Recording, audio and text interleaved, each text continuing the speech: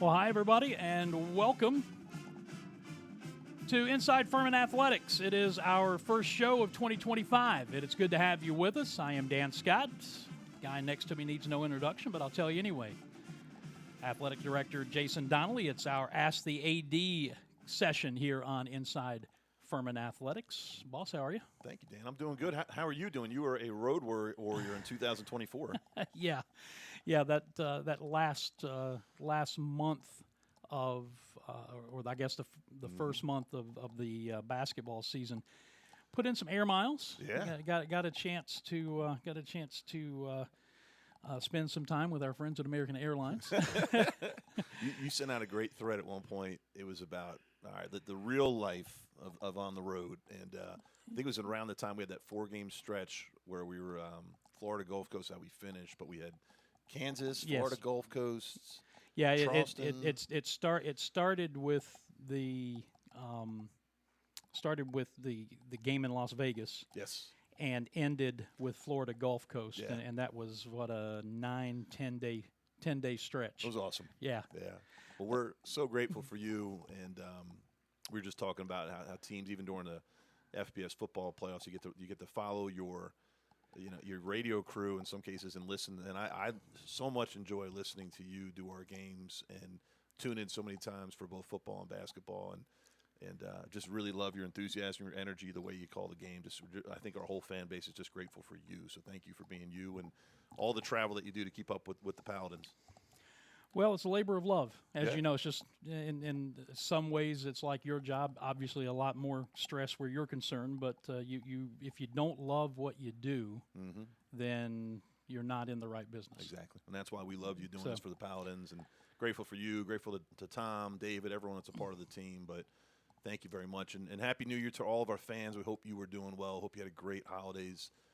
One of the things that we enjoyed at Furman, we had a nice break, which was really good for our staff, definitely well-deserved. Gave everyone a chance to kind of catch their breath between Christmas and New Year's. And we've been off and running. We've had a lot of away games with our men's basketball team in particular. Got a chance to see the women yesterday at Wofford as they get back. It's always hard for our women at Wofford, and that Wofford shot the lights out yesterday. Big week ahead for everyone. If you're tuning in, hopefully you'll have a chance to join us. We have 5 home games coming up in the next week for both men and women's basketball, starting with the men against Wofford tonight, 7 o'clock at the Bon Secours Wellness Arena. But we're excited. First day back for classes. Spring sports are getting started, and we might as well just get right into the questions, Dan, because we got a lot to cover and try to get through it. Well, let's talk about the reason we're playing basketball tonight, and that was because of the weather that we had over the weekend. And one of the questions that was posed was, what goes into, from a university standpoint, administrative standpoint, sports department standpoint, of making the decision that was made? Because there were some schools that played on Saturday, and there were some schools that did not, and we were one of those. So when a situation like this comes up, what's the process that the university and the athletic department go through to make a decision? Yeah, really good question, and easy explanation. One of the things that takes place, every different campus does it differently, but I really like how we do it at Furman, and the reason I say that is that there's an emergency management team that's actually headed by our chief of police, John Milby. He does a really good job of watching the conditions and checking ahead and looking where we may be vulnerable perhaps on campus or in the community. And, Chief Milby let us know, at least a week and a half out that, be careful, look ahead on the weather, keep an eye on it.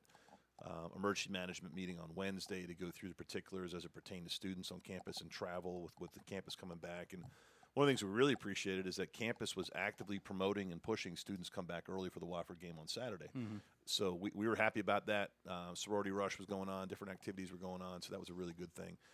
We went into Thursday with every intention to play on Saturday was our plan, but as the weather forecast came out, the concern that we had was actually not snow. And guys, I'm from the Northeast. I played in many a blizzard.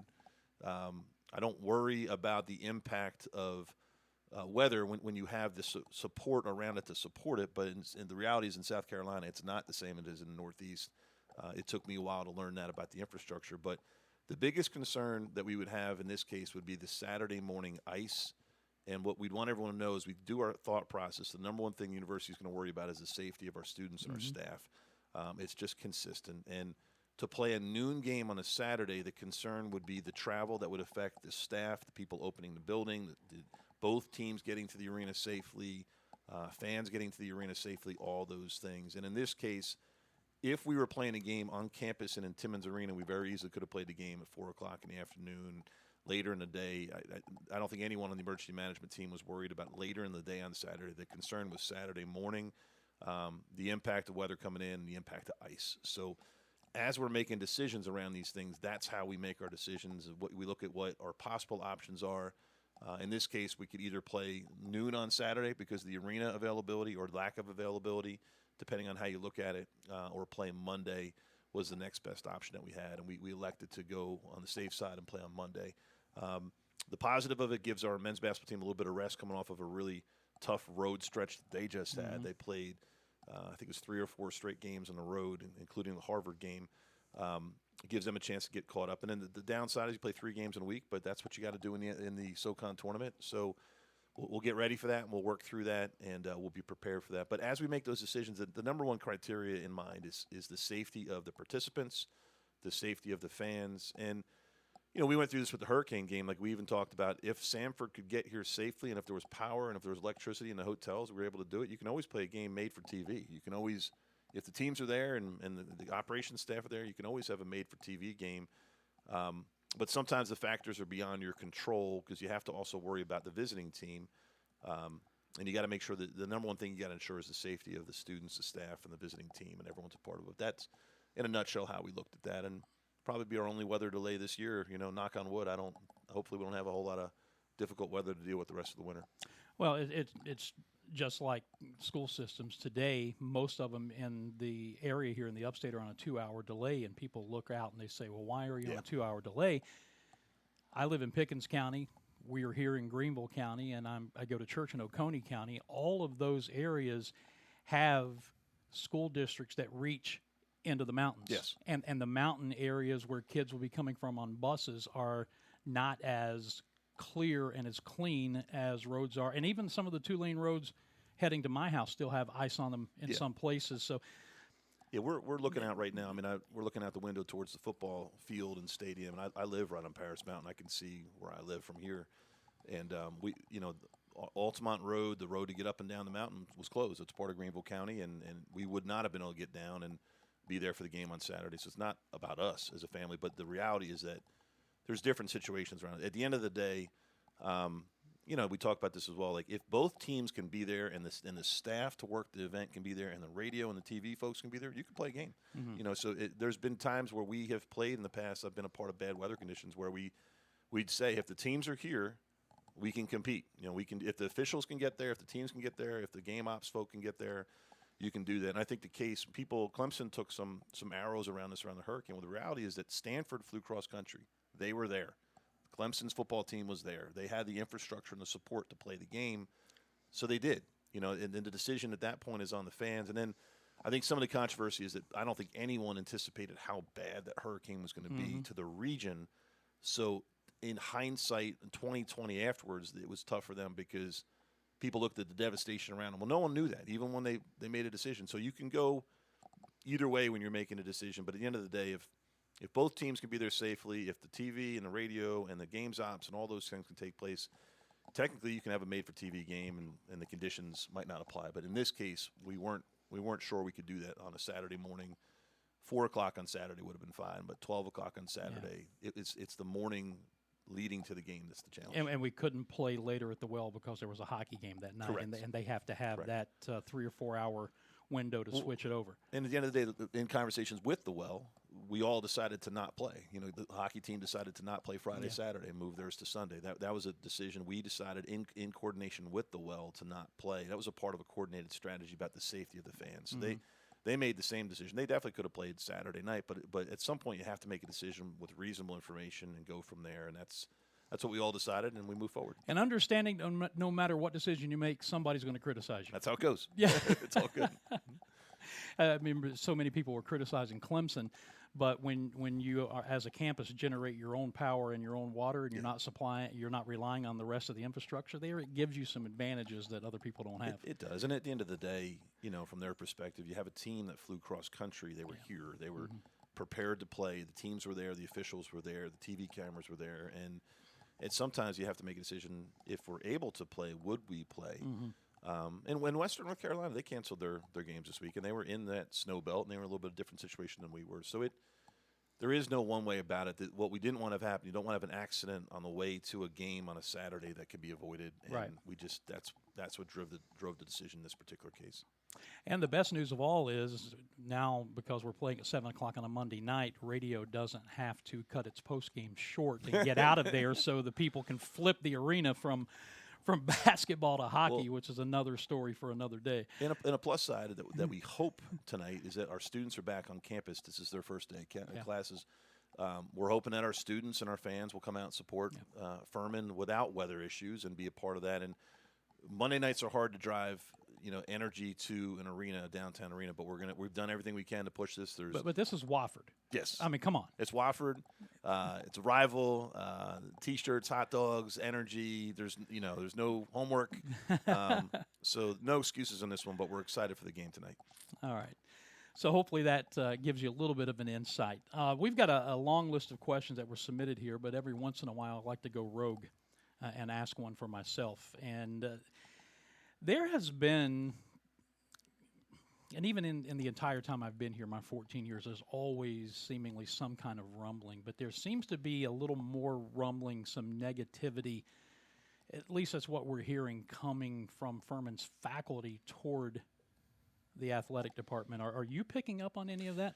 Yeah, it's unfortunately it's been a little bit of a topic that's gone on a little bit in the last year, last couple months, and I will tell you that this is one of the things that I've talked about, that we're working through some challenges that relates to higher ed. So when people talk about challenges on a campus, they're not sometimes they have nothing to do with you, the athletic department, the NCAA, things like that, but there's been some challenges, and it's definitely reached our coaches, our students, and it's been frustrating. But Furman is not immune to challenges when you talk about higher ed, when you talk about enrollment, when you talk about enrollment cliff, all these different things that we worry about in terms of the sector that we're in.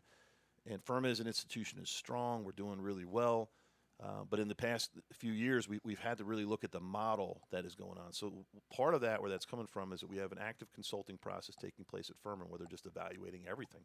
And they're evaluating the future of Furman. They're evaluating enrollment. They're evaluating the value of things and how we do what we do. So this process has been going on for several months now. There's been public town halls, and there's been optimism and strategy and all different things that are taking place. But some of those comments have reached us, and that's been frustrating. We take great pride in the academics at Furman. We take great pride in who we are and how we relate. We take great pride. We get great support from the faculty. So I wouldn't say it's the faculty. I'd say there's just, unfortunately, some voices, I'd say a loud minority of people that have expressed displeasure about things related to athletics. And I think the reason it's a relevant topic is there's times where you have to double down on what you do and how you go about it. And we're really proud of the department that we have. We're really proud of how we're operating and the way we're operating. And we've had great success academically. We've had great success athletically. We've had great success in fundraising. So our model is really solid. But I think any time that there's a sense of tension on an institution, there's a sense of doubt in terms of where we're headed, I think sometimes those things happen. And different people have different priorities in terms of what's important to them.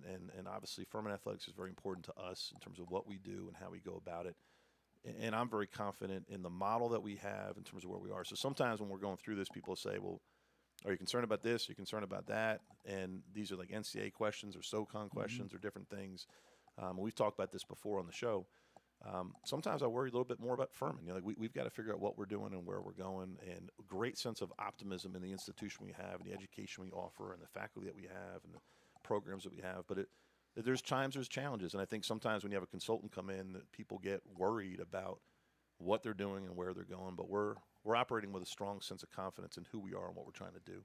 Has some of that, whatever you want to call it, grumbling or whatever it is, behind the scenes or in the background, been directed specifically toward football? Yeah, yeah. Unfortunately, and that's what you and I have heard, and that's unfortunately that's stressful. It's been that way since I've been here. That there's a feeling sometimes it's the size and scale of our school, and we do acknowledge, as an athletic department, we acknowledge there's a significant investment in football when you're a school of this size and scale, and really the challenge is sometimes scholarships. So when you're looking at scholarship football at the size and scale of this school, that's part of it. But then I look at, okay, what's the flip side of it? We have an athletic department that is supporting football at the right size and scale with great attendance at the games. We've been breaking records of attendance, great student support, great fan support, great revenue corporate support, great philanthropic support, a program that wins, a program that graduates all of its student athletes, a program that's above a 3.0, a program with great history and tradition. And I think as we look to the future of what everything's going on, we're looking at this saying there's challenges in this model. We're not Clemson, and we're not South Carolina, and nor are we trying to compare ourselves to those schools in terms of size and scale and money and revenue generation and revenue distribution with students, and all those different things. But we've got something really special here at Furman that we've got to hold on. We hold on to. We got to continue to protect. It is frustrating to hear that narrative. It's frustrating when that narrative gets back to our coaches and students. And I would just want to encourage our fans, if it's important to you, you just got to keep on. You got to keep speaking up about how important it is. You got to keep showing up to show how important it is, and you got to continue to support the program in any way that you can. But unfortunately, that's been a little bit of a black eye recently that we've been dealing with over the last several months, and it's gotten to the point it's starting to bubble up and almost get past me. It's getting past us. It's getting past others, and it's a point of concern. But at the same time, this process is going to be a good process for Furman. We're going to learn a lot about where we are. We've had some really good meetings and some really strong leadership in terms of where we're going, and we'll see where this heads and continue to push for what we think are most important things at Furman. I have never understood the mindset that you can only be either great academically or great athletically. Yep. Because it's been proven at multiple levels that you can be great in both. Yeah, and that's the essence of what I think Furman is. And that's the thing I don't want anyone to lose sight of is I think that when you look at the culture of what we bring to the table, you got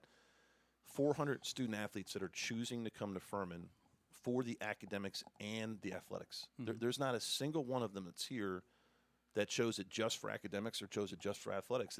That's not the place that we are. We've got the toughest admission standards in the conference. We've got the toughest academic requirements in the conference. We take great pride in that. And I think there is a place for institutions like us when you look at Furman, when you look at Davidson, when you look at Duke, when you look at Stanford, when you look at schools like us that can really have this level of excellence. And we want to think of ourselves as an Ivy League or a Patriot League in terms of the academics, and we want to compete in the Southern Conference at a place where we take great pride in academic and athletic excellence. And that's why I say that so much, because it is the blend of both. It's not one or the other. It's not a choice. You don't have to have this and have that. And I think a really healthy institution is able to promote those things. I look at Mike Buddy's comments. Mike, who was a great AD here and then went on to Army, and he goes to TCU. And what he's talking about, the reason he's excited about TCU, he said it in his quote. He goes, I want to be at a place that aligns its leadership and its values to support academic and athletic excellence at a private school. And he said it as far as say it's in the strategic plan. Mm-hmm. That's one of their 4 areas that they take great pride in. And that's really what we've been trying to push here at Furman, is that we want to engage our community in a way that allows us to bring people in to be a part of this. We want to be an inclusive environment, a place where there's great sense of pride. And then strategically, we want to impact key performance indicators. So when key performance indicators, okay, what's the impact been on enrollment? Well, men's basketball goes to NCAA tournament, 30% increase in applications. It's not a coincidence that happens, but it doesn't happen unless you have a great school to support that. If you go to the tournament and your school can't support it, then there's no value add. Mm-hmm. But that's where that happens. When you look at the capital campaign, Furman's having a record-breaking capital campaign, achieving all of its goals. Well, athletics has been a key part of giving and engagement and involvement in all these different areas. Even on the academic front, there's great pride, and Furman wins the academic national championship in the NCAA tournament in 2023. That of all those great schools there, Furman's the best academically, better than Princeton, better than Northeastern, better than all these great Northwestern, great schools that are out there that are competing in that tournament. And there's Furman right there in the middle of it all. So it's just an important thing. It's a strategy. It's got something we got to continue to grow. And I think, unfortunately, some of us in the athletic department have gotten caught up in a little bit of this negativity. It's been hard for us to deal with. And the one thing I'll tell you about our department is that you're not going to see our coaches and you're not going to see our staff pointing fingers or getting angry or getting frustrated. We're going to keep being positive. We're going to keep working on our plan, and we just need everyone's support to continue to push those things forward. All right, you want to get to the submitted questions now? Yeah. All right, let's try to run through these. The first one says that when traveling to Furman basketball games on the road, what's the best path to buy tickets? Does Furman have tickets available for road games? Great question. The best thing you can do is actually contact our ticket office, and that may seem counterintuitive when you're going to an away game, but that's what we tell all of our away games. Every all of our away teams when they come to Furman, there's tickets. There's a great partnership between the ticket office and other ticket office. The best thing to do is contact our office and say, I want to sit in the Furman section, and how can you make that possible? Yep. They've got tickets, they've got access, they've got plans. So if you're planning a trip, like if you're going to Harvard and you're going to go to the game up in Boston, tell them, yeah, hey, I'm going to the game. Can I buy tickets in the Furman section? That's the best thing to do. The second best thing you can do is actually call the ticket office at the visiting school and say, I'd like tickets in the visiting team section. They're going to know exactly where that is and what that is. But I would advise everyone first contact our ticket office, work with them. The second piece is then contact the visiting team ticket office. And, you know, we each ticket office operates in a different way, and there's different sections, but the easiest way is just to make that phone call and to look into it. And sometimes if you buy online, it will show you visiting team section. When you look at that, so what's the visiting team bench? But that would be my advice for anyone that goes to an away game. Yeah, speaking of Harvard, we were not too far away from having more Furman fans at that basketball game than Harvard had. And I'll make an argument, the Citadel basketball game, we had more fans. Yeah. Like had it not been for the core. Had it not been for the core, and the core was outstanding. They gave great energy in that game. But we're traveling really well. You know, we're traveling really well for football. We're traveling really well for basketball. I'm really proud of our fan base. Like, that was really cool in Charleston to see so many people there, including students who were home on break that live in that area that came out for the game. But we're traveling really well. The Harvard game was a great support from Furman. And I think it shows you that the brand is building and we're really moving in a really good direction. All right, the next question was for those who completed the survey expressing interest in purchasing season tickets for next year in Timmons. What's the timeline as to when they should expect to be contacted to select the seats, know their place in line, and I guess with that also an update as to how the renovations are going? Yeah, I appreciate that. So the Timmons Arena renovation is going great. We try to provide a monthly update, visual look at the arena. We're actually we're going to start beginning tours for season ticket holders in the building. That'll be coming up pretty soon. We got to get through this week of games, but our staff's going to begin communicating outreach to season ticket holders about coming in and visiting, having a chance to take a look at the arena. The arena is on time, on budget, looks great, is really starting to come together. And what we're now beginning our process is an internal beginning of the sales process for the arena. Looking at all the information, all the data points, the structure of the point system, where everyone fits into that. And once we are able to share more information, we will, at the end of the season, begin the process of selling seats for next year's arena. What we'll use the point system that we've shared in our document, where you'll be able to figure out where you fit into each tier. And then we'll go through that whole process, starting with number one on the list all the way through the list of all of our ticket holders in terms of where that engagement is. So what you'll see is continued communication from our staff.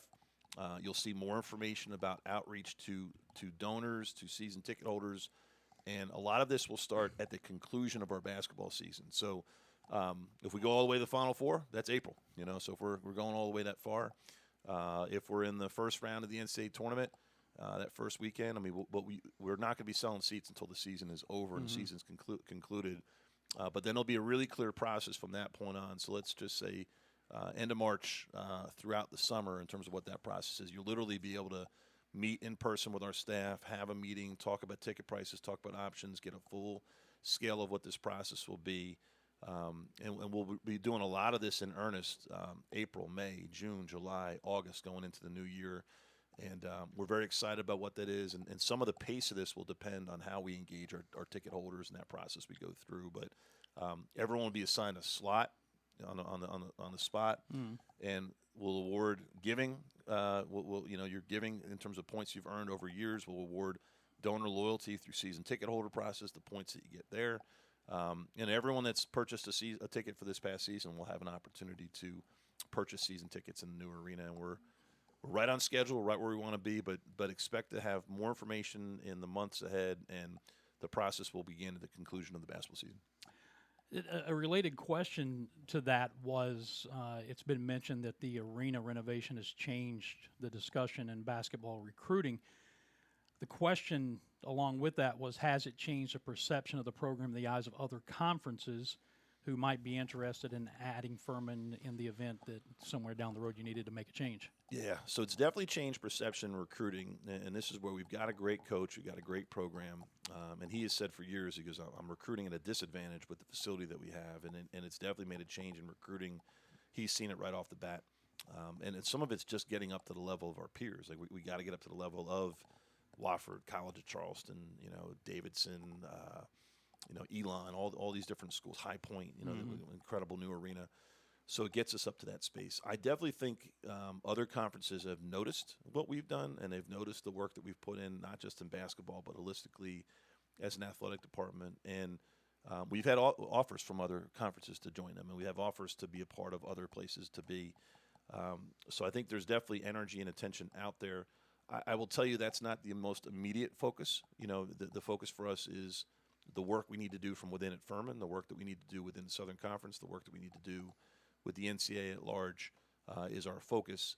But it definitely makes our institution more attractive. It definitely makes us a better property as you look to the future. But I don't think the moves we're making with the arena are not intended to have us be in a different conference. They're intended to make Furman basketball and Furman University better, first of all. But yeah, people have noticed, and Furman's hot out there. And you're going to see the same thing with Coach Ritchie. I mean, Coach Ritchie is a known out there in the basketball community as a very successful mid-major coach. He's going to get a lot of attention for that, and well-deserved. And that's part of our process as an institution to keep supporting him, supporting the program, and moving things forward, and enjoy him while we have him. Those are all the different things that we've got to do to continue to support our basketball program. And he loves it here. He's happy here. His family's here. And we've got to enjoy him while we have him. But we also have to be realistic that when you have a successful program, a successful coach, other people take notice, and they may want him too. But hats off to Bob. He's wanted to be here. He's been successful here. He's been building this program. He continues to build it. And we're very fortunate to have people like Bob and Clay Hendricks and all these incredible coaches that we have continue to support Furman Athletics. Is Furman men's basketball planning to start using 15 scholarships next season? Yeah, as of right now, I think the simple answer is no. The biggest challenge we have when we talk about institutional support is just the number of scholarships that we carry. When I got here, we were number one in the SoCon in scholarships. The cuts we went through 2020, I think we're down to number 7 in the conference in scholarships. Scholarships has been a challenge for Furman. When you take the tuition, room, and board and you multiply it times the number of scholarships that we have, it's by far our largest expense as an athletic department. It doesn't mean that they won't have 15 in the future. And around the SoCon, I'm not sure how big of a priority it is to have 15 scholarships. I don't know if it's a priority for any basketball coach to have 15 scholarships. It's more of a roster cap that they're setting. They're saying we're going to have roster caps at 15. So I think that's a work in progress. That's something we're going to figure out. I don't think today that is a driver around decisions in terms of the things that we're doing. We really need to invest in our coaches, infrastructure, budget, and the 11 or 12 guys that are going to be playing. Not necessarily 13, 14, 15 is not as big a priority. We're always open to that, but I don't see us increasing scholarships at Furman at the moment because that's just a challenge for the institution relative to where we are. Doesn't mean we wouldn't have the ability to do that. Some of our programs will fundraise for scholarships above and beyond what they have, and that certainly could be an option if they're allowed to do that, if that's something that's important to Bob and to the basketball program. But I don't foresee us necessarily using 15 right off the bat.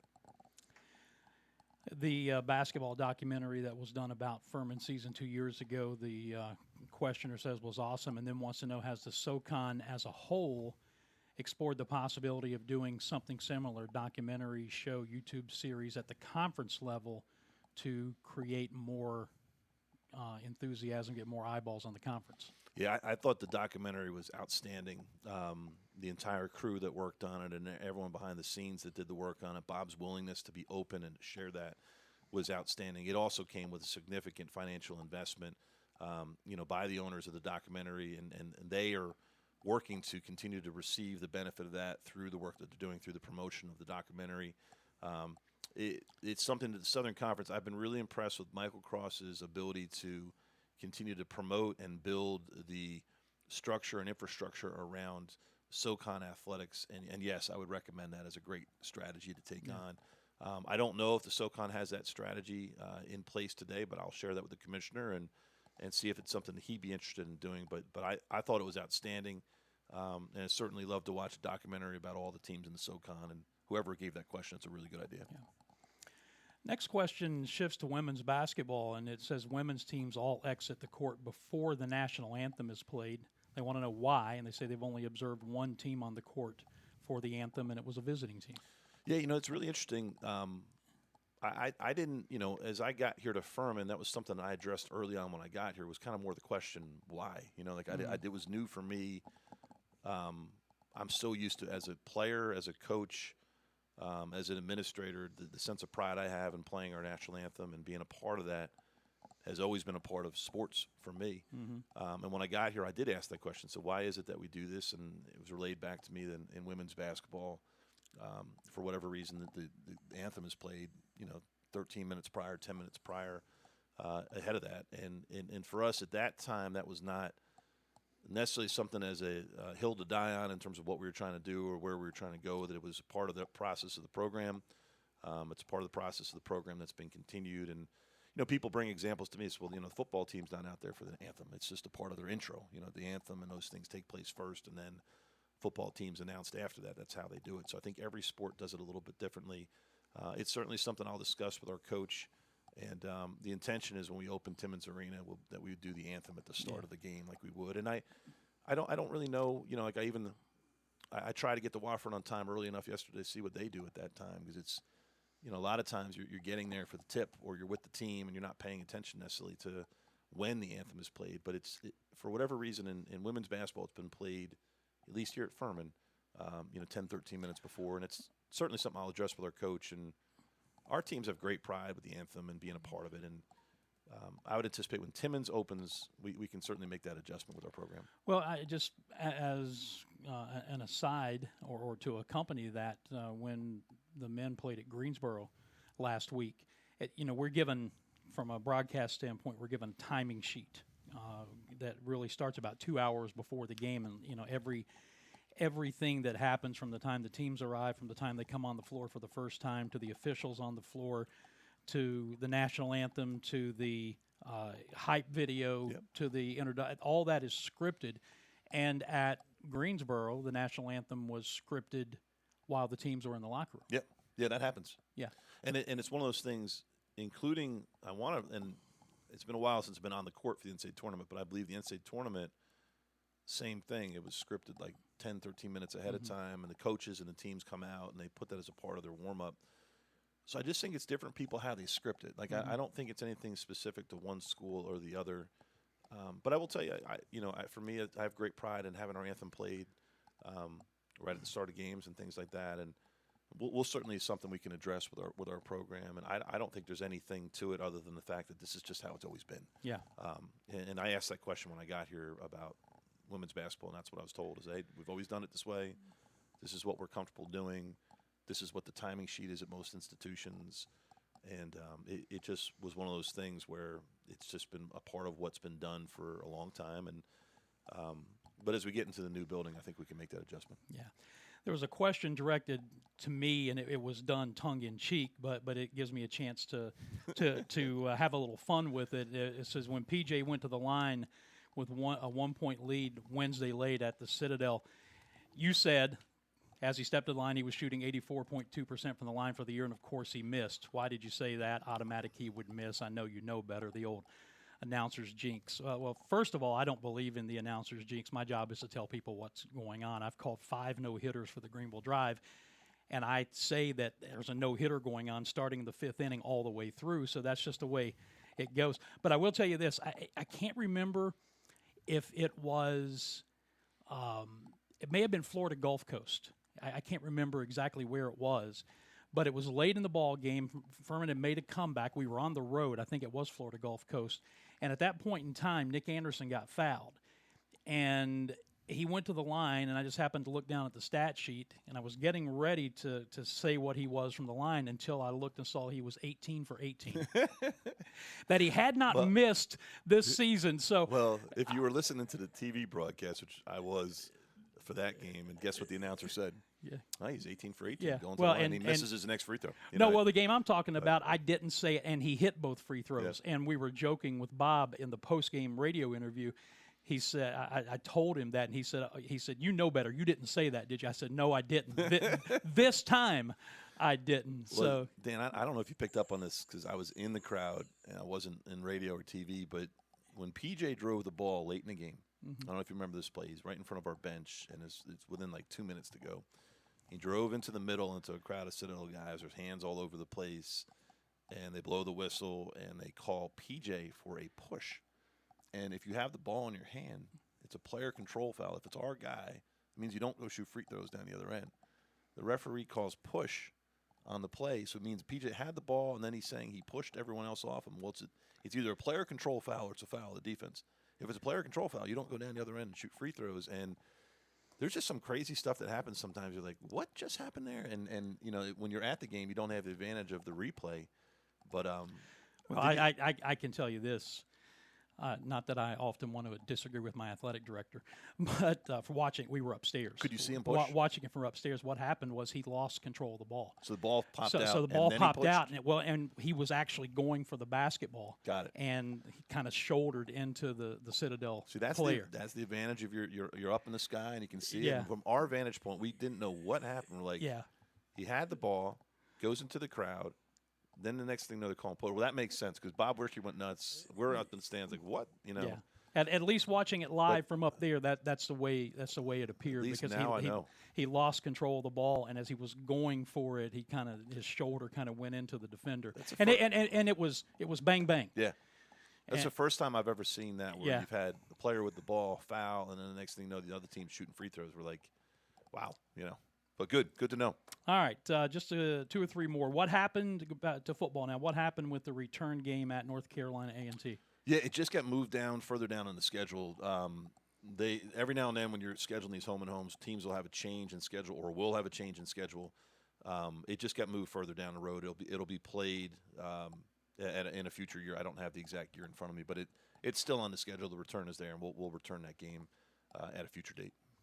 In fact, it was because it was moved. I think we announced right before the break. That's why we picked up Campbell for football this year, and we're going to Campbell to fill that open date. Correct. So, correct. When will the 2027 FBS game be announced? Yeah, I mean, it's been scheduled. It hasn't been announced yet. I'll check with our staff about plans to announce it, and it'll take place. And I know there's always questions about football scheduling. I will just tell you. This is a recording, by the way. Which I just try to help everyone with this, is that there's a real thing going on between FBS and other schools at Power 4 with scheduling right now. And it has nothing to do with us. It has to do with they have to figure out their scheduling model for the number of games they're going to play in conference. So if you reduce the number of games they're going to play in conference, then there's less games we played as non-conference. And then these schools have got traditional rivalries and the need for home games. So there's a delay on it. I did ask the question, then how come some of these schools are scheduled that far out? Some of these schools did multiple year arrangements when they did them. You know, as part of the process of what they did. But it's a real thing. It's a real thing with the Power Fours. They've been transparent about that, about where they are in scheduling. They're looking for guidance in their process. They're looking for guidance in their schools. So part of the delay on this is just the process of going through that. And doesn't mean games can't be scheduled. Like we're saying to people, we'll schedule with an out clause if you need to. But it's been part of the process that we've had about games in the future because they got to figure out the model now in 2025 for where they're going to be several years out. I do think there's tremendous value in continuing to play FCS schools. One of my peers, another athletic director, has suggested a model where maybe FCS gets to play more games each season. I love that model.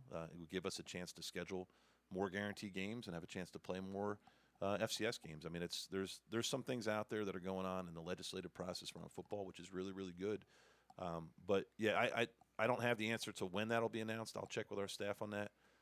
But we are scheduled through 27, and we'll continue to work on future games as well. But that's just where it's at right now. That's just the honest truth on where the process is to date. All right, final question. We'll circle back to basketball. When the new arena opens, will we be able to get a power school to come in and play Furman like Wofford did with North Carolina and some other schools have done in their new arenas? Yeah, so the answer to that is yes, we're working on it, and we've had some really good conversations with schools about it. We're a little bit early on that conversation right now because some schools aren't ready to fully commit yet. Doesn't mean they won't. Myself, Bob, even on the women's side, we've worked on this as well. But most people we've talked to are not ready to fully commit yet to the games yet for next season, but we continue to work on. One of the things that works against us in this space, and it's a great credit to Bob, is that he's had so much success against these schools that are ranked in the top 50, top 75 of the country that a lot of people laugh. I'm not playing you at Furman, I don't want to do that. And we're going to have to get someone that will be willing. Bruce Pearl's like, I'll play anyone anywhere. Like, he didn't have a worry about that. Someone that will say, I'm not worried about that. And what that is a little bit of brand, job security, opportunity, willingness to go on the road. And oftentimes when they do it, they'll ask for a 2-for-1. They'll come to your place once, and you'll go to their place twice. Yeah, and we're totally open to that. We would do that in a heartbeat. But I promise you guys, like, because of the success of Furman basketball, it makes scheduling a lot harder. Just with respect to having a great coach and a great program, because these schools, there's no value to them for getting beat on the road. And the collegiality of doing that, of what it was in the past versus what it is now, is just a little bit different. There was a willingness for teams in the past to go on the road and not worry about it, and there's a little bit of a different scheduling model now. There's a scheduling model that values wins and values point differential and values different things in the model. Quad 1, Quad 2. Yeah, and each coach and each athletic director and each president and each conference commissioner are weighing in on this. And for some, it's a non-negotiable. A friend of mine is an AD at a Power 4, and he and I are really close. And he just say, JD, I would love to do it. He said, but the amount of money that we make every time that we have a home game is substantial, and the revenue that we need for our department is what we need. Because I wouldn't have any worries about doing it, but the amount of money we make just by opening the doors to our building is substantial for our athletic department, even when it might not be a premium game. And that's just the reality of where we are in college sports, is that there's a premium on revenue, there's a premium on home games, there's a premium on donor experience, all those different things. And I don't want to take anything away from what Furman's capable of doing, but we just got to keep running our own race. We got to keep focused on what's best for Furman. We got to appreciate the good things. We got a basketball team that's 14-2. I mean, we've got cross-country programs that are our top runner is number 3 in the country. Our soccer program just beat North Carolina at North Carolina in the tournament. Our football team last year was one play away from being in the Final Four of the FCS playoffs right here at Furman Stadium. I mean, there's just unbelievable things happening. All the students are doing well. Got great coaches, great support.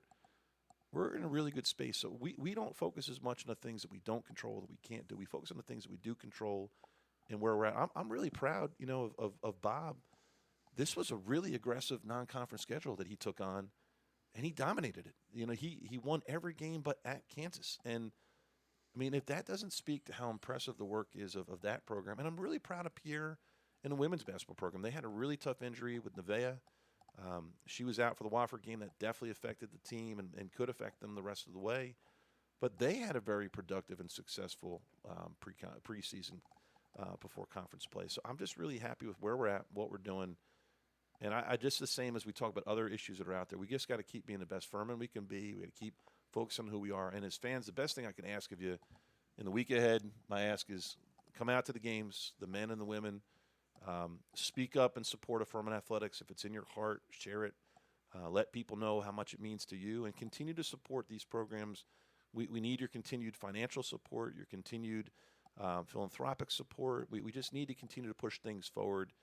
And let's get excited not just about basketball season, but about our spring sports that get started in just a couple weeks. So we're in a really good spot, Dan. We got to enjoy it. Anything else? That's it. I hope everybody has a happy New Year. I'll see you at the game tonight if you're there. And thanks for everyone for everything, dude. Thank you, Dan, for everything you do and your team. But let's have a great 2025. All right, let's do it. That will take care of this week's Inside Furman Athletics. We'll be back again next week and have the schedule for who's going to be guest for the next few weeks before this week is out. So tune in next week, and we'll get rolling again with a full schedule for the spring of Inside Furman Athletics. For Jason Donnelly, I'm Dan Scott, as always saying God bless you, and so long, everybody.